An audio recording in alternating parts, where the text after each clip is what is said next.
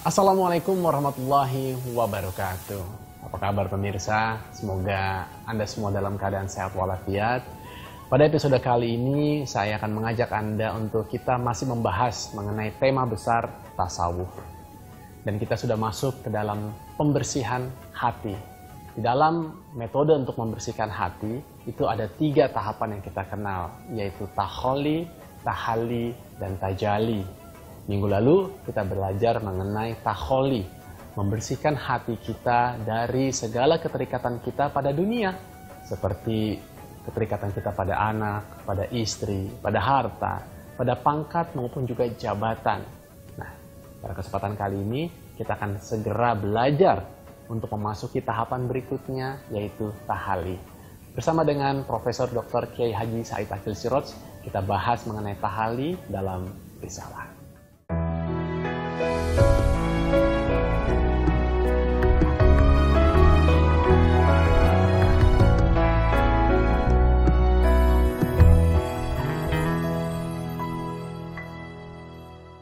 Assalamualaikum Pak Kiai. Waalaikumsalam. Nah, ini kita masih menyambung dari pertemuan kita yang sebelumnya dalam tema tasawuf.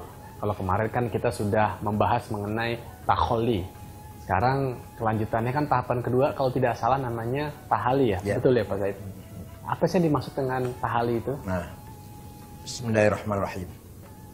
Dalam rangka mencari makom, mencari station spiritual kita di depan Allah, maka fase pertama namanya takholi, proses cleaning. Nah itu kemarin sudah, pertemuan yang kemarin sudah saya jelaskan secara singkat. Pertama dengan taubat, menyesali apa yang telah diperbuat, dosa-dosa, kesalahan. Kalau sudah selesai, taubatnya betul-betul nasuha, maka meningkat menjadi makom wara, selektif betul, mencari barang, mencari apa, mendapatkan sesuatu yang halal, jelas 100%, tidak sedikit pun ada keraguan. Kalau ada ragu aja nggak diambil. Kalau sudah selesai wara, akan lahir makom zuhud, akan timbul makom zuhud. Kita dengan dunia nggak begitu, nggak tertarik lagi. Nggak begitu memikirkan betul. Nah ini namanya kalau sudah ketiga ini selesai, kita sudah melampaui batas fase, melampaui fase takholi. Udah bersih nih, kosong nih, kosong. Setelah kosong, bersih, maka masuk ke fase kedua namanya tahalli. Tinggal bagaimana kita memberi hiasan, menghiasi hati kita. Kan tadi udah kosong, hiasi. Maka secara standar ada 3 juga. Pertama dengan sabar. Kalau sudah orang itu bertaubat, kalau sudah orang itu betul-betul selektif, kalau sudah seorang itu dengan harta, dengan pangkat, dengan jabatan nggak begitu rakus, maka akan lahir dalam spiritualitasnya, ruhaninya, yaitu sikap namanya sabar. Sabar itu bukan berarti lemah. Sabar itu malah kekuatan sebenarnya, sabar itu. Maka Allah pun selalu berpesan pada orang mukmin ini harus bersabar. Sekali lagi, banyak sekali orang yang salah paham, sabar itu mengalah. Bukan lemah ya? Bukan lemah. Kalau lemah itu namanya kalah itu sih. Saya disakiti oleh Mas Maulana. Kalau saya balas bisa deh. Kalau saya balas bisa, tapi saya tidak. Itu namanya sabar. Tapi kalau mau saya balas saya takut, ya bukan sabar namanya. Orang kalah itu namanya. Saya ambil uang ini, nggak ada yang nggak ketahuan nih, nggak ada yang tahu, nggak sampai ketahuan polisi atau kena hukum, nggak, bisa lah, aman lah, ada caranya lah, tapi nggak, saya nggak ngambil. Itu namanya sabar. Itu baru mengisi 1 nih, baru sabar ya. Oke, diisi lagi dengan hiasan apa lagi? Selesai, maka menjadi tawakal. Tawakal itu pasrah, berserah diri kepada Allah setelah kita melakukan ikhtiar. Jadi kita ikhtiar, berusaha semaksimal mungkin, sebisa mungkin. Kita harus punya, setelah itu kita harus memiliki tawakal. Itu perintah Allah itu. Fa'idha azamta fatawakkal 'ala Allah. Innallaha yuhibbul mutawakkilin. Kalau kamu punya azimah, punya cita-cita, tawakallah kepada Allah. Serahkanlah kepada Allah. Allah sangat mencintai hambanya yang bertawakal. Artinya tidak sombong, tidak mengandalkan ini dari saya. Pasti bisa. Ya. Enggak. Seluruh makhluknya Tuhan kumpul jadi satu, tenaga ini, manusia jadi satu untuk melawan kehendak Tuhan, nggak akan bisa. Tsunami aja udah kalah semua. Senjata pun kalah semua dengan tsunami. Belum musibah yang lain, longsor apa segala macam. Jadi oleh karena itu, Nabi Muhammad pun diperintah untuk bertawakal juga. Nabi Muhammad diperintah oleh Allah, "Fa'idza azamta fatawakkal 'ala Allah."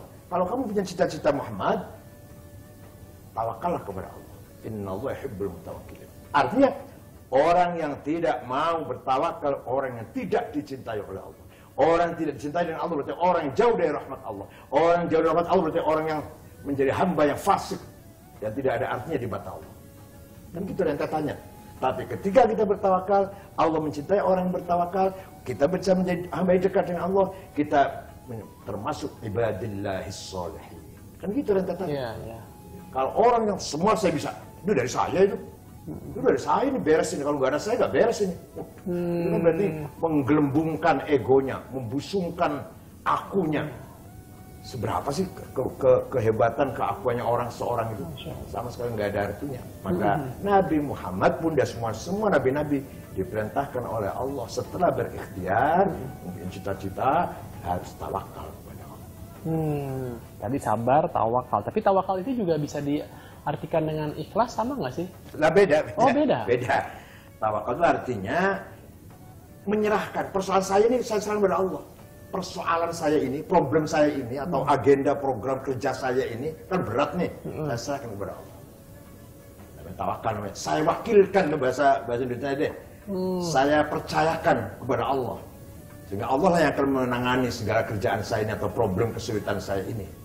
Kalau ikhlas itu niat saya bekerja karena lillahi ta'ala, tidak karena apa-apa. Itu ya mirip-mirip tapi itu rentetannya seperti itu. Tapi tawakal itu tetap harus disertai dengan ikhtiar. Ya, gitu. gitu. Setelah ikhtiar, fa'idza azamta tadi di Quran. Fa'idza azamta, kamu cita dulu.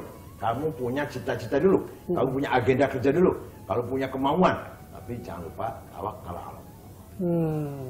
Ya, jadi tahali. Dalam wirid doa yang paling bagus adalah hasbunallah wa ni'mal wakil. Kekayaanku yang cukup bagi saya, bukan uang, bukan senjata, bukan Allah. Hasbunallah. Cukup bagi saya Allah. Wa ni'mal wakil, sebaik-baik yang kita percayai adalah Allah. Gitu. Bukan harta, bukan kekuasaan, bukan senjata, bukan ilmu, bukan apa-apa. Hasbunallah wa wakil. Barang siapa membaca itu 350 sehari semalam, insya Allah akan selalu menolong kita. Tidak harus sekaligus. Tiap baca sholat berapa. Yang penting jumlahnya sehari semalam 350. Hasbunallah, malakal hasbunallah, malakal hasbunallah. Kalau di episode yang lalu kita mempelajari mengenai takholi, bagaimana seseorang itu mengkosongkan hatinya. Dan sekarang ini kita belajar bahasan adalah mengenai tahali. Berhias. Menghiasi kekosongan tersebut dengan segala perbuatan sikap yang baik. Salah satunya tadi adalah pertama mengenai sabar. Seseorang itu harus dikatakan sabar apabila dia juga sabar dalam menjalani ketaatan kepada Allah. Dia sabar juga untuk menjauhi segala yang dilarang oleh Allah. Dan juga sabar dalam menghadapi segala cobaan dan juga ujian. Kemudian tadi setelah sabar, yang kedua tadi apa Pak Said? Tawakal. Nah, ternyata tawakal itu yang saya pikir itu adalah ikhlas, tapi ternyata agak berbeda. Perlu ada ikhtiar di sini di dalamnya. Kita sambung lagi ya bincang-bincang kita di segmen berikutnya setelah yang satu ini.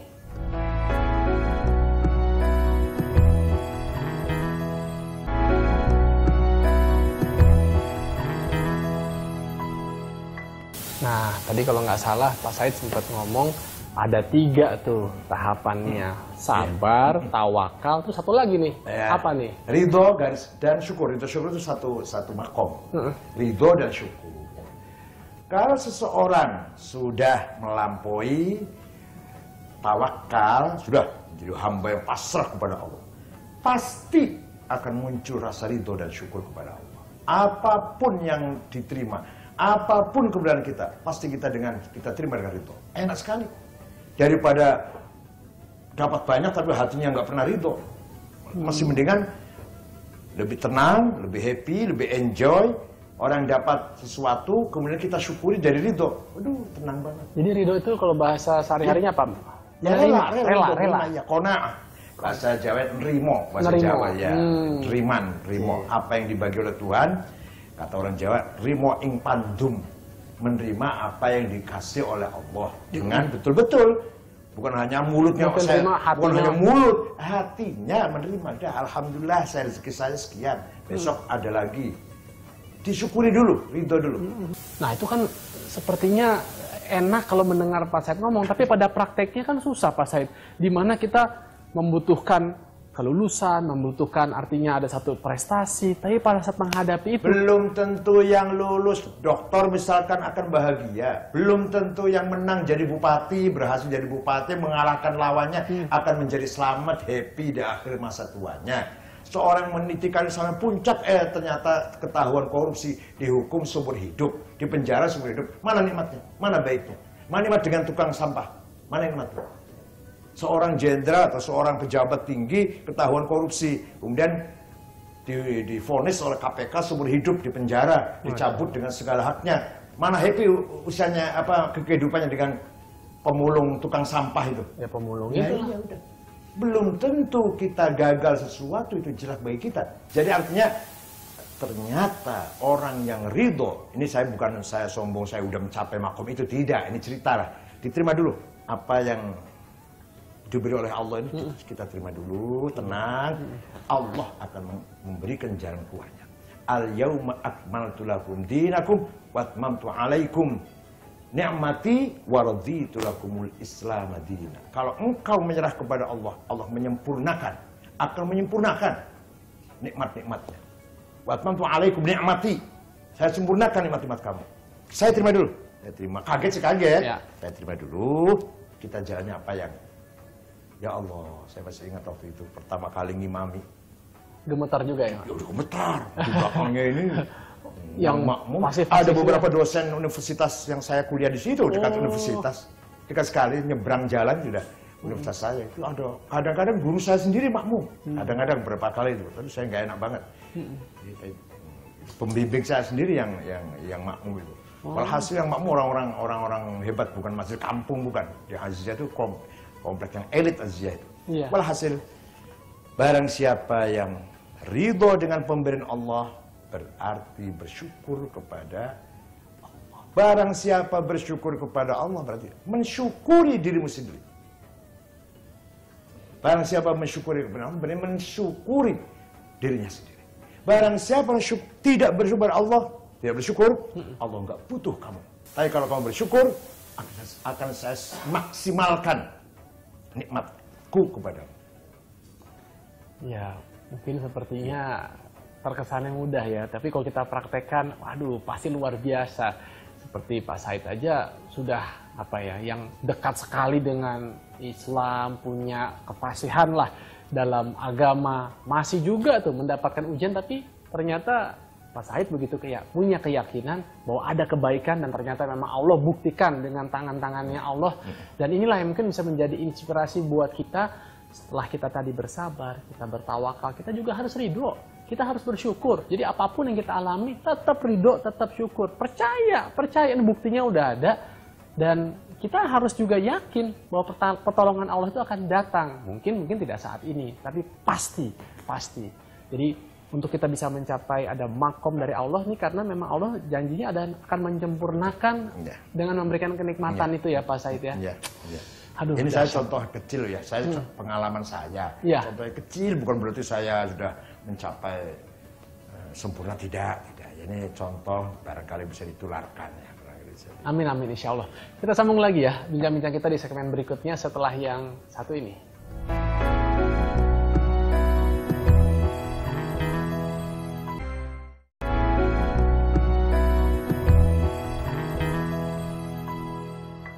Kalau tadi kan cerita Pak Said, karena Pak Said ya mempelajari disertasinya berhubungan dengan agama Islam. Pak Said termasuk orang yang terjaga lah. Jadi pada saat dapat ujian, cepat pula untuk bisa ridho, bisa tetap bersyukur. Dan ternyata Allah memang buktikan kemahaannya itu dan memberikan jalan buat Pak Said. Tapi sekarang buat saya ataupun juga mungkin pemirsa yang nonton kita gimana untuk bisa nerimo? Kira-kira siapa yang kita bisa lihat gitu? Kita mohon maaf, bukan kiai besar, bukan seorang imam, kita mungkin profesi manusia biasa lah, pekerja dan lain sebagainya. Siapa yang bisa kita lihat juga lah? Orang-orang seperti siapa? Saya dari kampung ya, saya dari kampung, namanya Kampung Kempet, Kecamatan Palimanan, Cirebon. 20 km barat Cirebon. Di kampung saya banyak orang yang sabar. Orang awam, orang biasa. Melaksanakan ibadah, sholat 5 waktu. Tapi dia mencangkul di sawah, ngurus kebun, tidak ingin muluk-muluk pergi ke Jakarta, tidak ingin muluk-muluk jadi TKI ke Taiwan apa ke Hong Kong. Banyak yang seperti itu. Banyak di kampung saya. Tapi hidupnya orang tenang sabar, tenang. Yang penting ada yang dimakan lah. Makan ada, sudah tenang, happy betul. Bisa beribadah. Bisa menjalankan ibadah 5 waktu, sholat 5 waktu. Bisa menjalankan puasa Ramadan. Soalnya sehari-harinya mencangkul atau membersihkan kebun-kebun, kerja serabutan bahasa-bahasa sini. Tapi bukan serabutan, kerjanya baik. Namanya kerja nggak ada yang namanya kerja hina itu nggak. Kerja itu baik semuanya. Di sawah mencangkul atau punya kambing, melihara kambing, punya ayam, melihara ayam, punya kebun, ditanami kebunnya, singkong atau apa. Tenang sekali hidupnya. Bukan hanya, malah sebaliknya banyak sekali orang berilmunya maksimal atau ilmu sarjana, punya hati yang kropos, yang krempeng. Kena musibah dikit aja udah bunuh diri. Itu kan betapa krempengnya orang itu, betapa kecilnya orang itu. Kalau punya musibah sudah putus asa. Jadi maksudnya Pak Said, pendidikan akademis ini nggak berbanding lurus, artinya dengan tingkat kematangan seseorang dalam hal bisa ridho gitu. Terutama di masalah tasawuf ini. Tasawuf itu ada bit tajribah, harus eksperimen tasawuf ini. Nggak bisa, ini kan teorinya, ini kan yang kita bahas ini teorinya. Nah coba dipraktekkan. Coba, imam masjid di kampung, imam musola di kampung, tiap hari ngimami sholat 5 waktu, nggak ada honornya. Guru madrasah yang swasta di kampung, ngajari anak-anak kecil alif batata, nggak ada honornya. Ya paling-paling ada sebulan 300.000 rupiah, ada 200 malah 200.000. Tapi dia jalani dengan ikhlas. Bukan orang hebat itu, dia bukan sarjana. Tapi bisa hidup juga aja ya. Jangan khawatir, barang siapa memakmurkan masjidnya, rumahnya Allah, Allah nggak akan membiarkan orang seperti itu. Barang siapa yang menyerahkan diri padanya, tawakal, Allah nggak akan membiarkan orang tawakal kepadanya. Masa dibiarkan? Nggak mungkin dong. Orang menyerahkan kepadanya kok. Allah tidak akan menyerahkan. Maaf lagi, contoh. Di mana-mana saya sering mendapatkan kesulitan, terus ada yang menolong. Ceritanya ke Jordan. Saya pergi ke Jordan. Sebelahnya Palestina juga ya? Iya. Ke Jordan. Tugas belajar nih. Sebenarnya bolak-balik itu tiketnya dari universitas. Sampai di Jordan 2 hari udah selesai tugas saya. Tinggal mengambil tiket di penerbangan Saudi Airlines. Ternyata nggak mau. Alasannya? Alasannya karena universitas kamu itu belum beres lah, ada perhitungan belum beres. Tapi kalau Madinah bagus saja. Kalau Madinah beres nih. Kalau kamu dari Mekah Ummul Qura nggak beres nih. Udah beli sendiri aja, nanti minta diganti di rumah. Kemana saya punya uang waktu itu pas-pasan banget. Pusing sekali saya. Akhirnya saya pulang ke hotel. Saya hotelnya satu kamar 4 orang, bukan satu kamar seorang. Nah, ada orang Ethiopia melihat saya agak termenung gelisah tuh, apain sih? Gini. Aduh, nggak usah dipikir. Ayo, sekarang keluar, diajak nonton bioskop. Filmnya India waktu itu. Diajak makan di restoran, dikasih uang 50 dinar. Nih, kalau memang tidak dikeluarkan, ini uang 50 dinar. Untuk beli tiket. Ya Allah, besoknya saya datang lagi ke penerbangan dan saya ketemu dengan direkturnya atau dengan CM-nya, diberikan. Jadi 50, malah saya pulang bawa 50 dinar uang. Jadi 500 rial lah. 500 rial berarti kalau uang sekarang 2 juta itu. Ya Allah, jadi setiap ada kesulitan, ada saja. Dah, waktu ngantri mau keluar itu exit itu, ternyata kalau di Saudi sebenarnya free. Mau keluar mau masuk nggak ada bayar, tag airport nggak ada di Saudi Arabia. Di Jordan ada rupanya. Saya nggak punya uang, cari uang cash. Cuma 50 itu, tinggal uang 50 dinar itu bayarnya 2,5 dinar, 2,5 dinar. Saya ngasih, rupanya ada orang kasihan, namanya saya masih ingat namanya Said juga namanya Said Ashibi. Apa sih kamu nggak punya uang ini? Jadi ada saja penolong itu. Walhasil kalau saya ceritakan kehidupan saya di luar negeri, sering menjumpai kesulitan, ada hal-hal tapi seperti ada itu saja jalan keluar. Banyak. Jangan saya bawa istri dan anak 3 loh ya. Dari S1 sampai S3, alhamdulillah selesai. Iya, dengan Pasti latar belakang dengan Pak segala- Said, maksudnya belum yang seperti sekarang inilah gitu Lah, ya, banyak privilege. Oleh karena itu, tadi saya katakan, apa yang saya katakan, taubat, warok, zuhud, sabar, tawakal di hati, bukan mulut. Saya sabar loh. Itu bukan begitu maksudnya. Ketika sedang musibah, sabar nggak? Justru senjata alat sabar itu dipakainya, digunakannya ketika ada musibah. Kalau lagi dalam keadaan baik-baik, bilang saya sabar loh. Ya nggak apa-apa. Ketika ente sedang bangkrut, sedang kolaps, sedang kesulitan, kemudian sabar. Lah itu namanya orang sabar. Ketika sedang bangkrut, di situ gunanya sabar. Di situ gunanya tawakal. Di situ gunanya ridho dan syukur. Nah kalau lagi happy, lagi berhasil, terus mengatakan saya sabar, ya bukan sabar itu.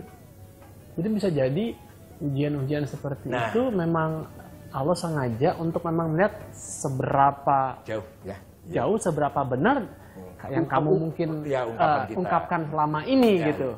Saya selalu bersyukur pada Allah. Dia lagi kaya, dia lagi melarat. Bisa ngomong gitu nggak? Coba lagi collab, lagi rugi lah dagangnya. Bisa nggak ngomong saya bersyukur pada Allah? Makanya bukan lisan, bukan oral, tapi adalah makom, hati kita. makom, ya.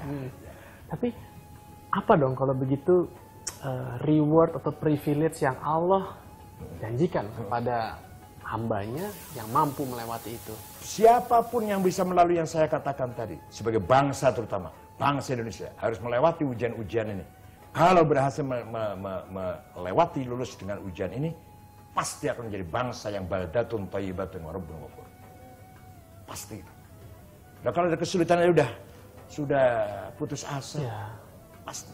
Ya insya Allah mudah-mudahan Presiden Jokowi yang pilihan rakyat ini, yang orangnya sederhana, orangnya betul-betul merakyat, mudah-mudahan diberi pertolongan oleh Allah. Memberi contoh pada rakyat, pada semua pejabat yang ada, agar seperti beliau itu sederhana, tidak rakus, tidak KKN, anak istrinya, keluarganya tidak dikasih fasilitas. Nah itu insya Allah kalau orang seperti itu. Makanya beliau mengatakan revolusi mental. Ya itu ya. Itu tanggapan Pak Said gimana mengenai revolusi? Mudah-mudahan. Kalau Pak Jokowi saya percaya sampai hari ini ya. Kalau Pak Jokowi sendiri saya percaya, tapi yang lainnya saya masih ragu itu. Bisa seperti beliau enggak? Yang lain-lainnya ini. Lain-lainnya maksudnya siapa nih? Anak buahnya. Ya, kalau dengan Pak Jokowi saya percaya. Dia masih betul-betul mempunyai idealisme ingin. Tadi. Ya, artinya ketangguhan, kekuatan, ketulusan spiritual seorang itu harus dibuktikan dengan perilaku sehari-hari. Gak mungkin dong orang berhati sabar tapi setiap hari marah-marah. Gak mungkin orang berhati ridho syukur tiap hari gerutu.